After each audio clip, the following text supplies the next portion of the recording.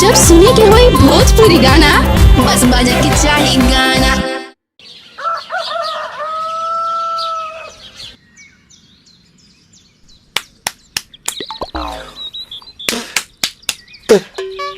ताए भैया ताहे लरुआल बारा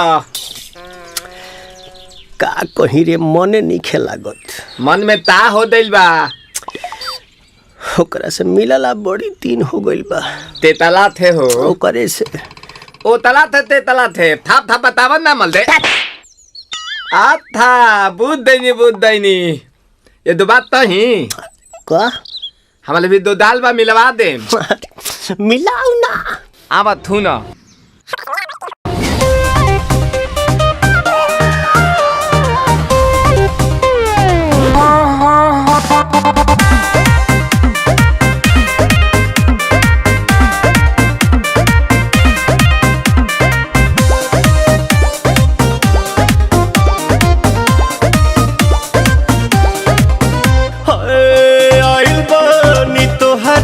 गलिया केने बाड़ू हमार ललिया और देखो ना यारावा के पैसन भइल बा हलिया बढ़ता बेचैनिया दादा मुश्किल भइल बा जीना ले लो पुदीना पुदीना लेला पुदीना लेला पुदीना लेला पुदीना भरिया के हसीना रे रबिया नायिका रे लूटा ना भैया तलाई माला तनी मार मार नितला ना नितला जल्दी नितला बहला हो नितला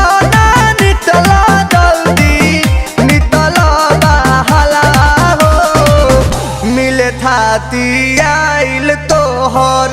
दाँव के लाभाला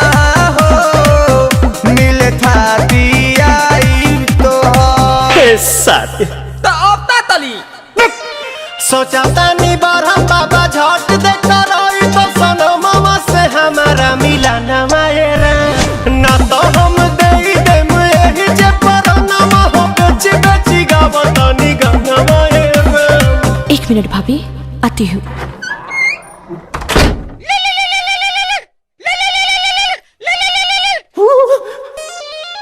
काहे लायल बड़ा मिले हो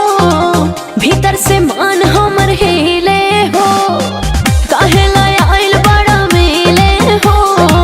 भीतर से मान हमर हिले हो बाका रही बाका दुख बड़ी होई मोरी मैया जाए निरदैया आज है भैया जय निरदैया आज है भैया जय निरदैया हम ना जाए। अच्छा लो आज के लिए काफी है। पुदीना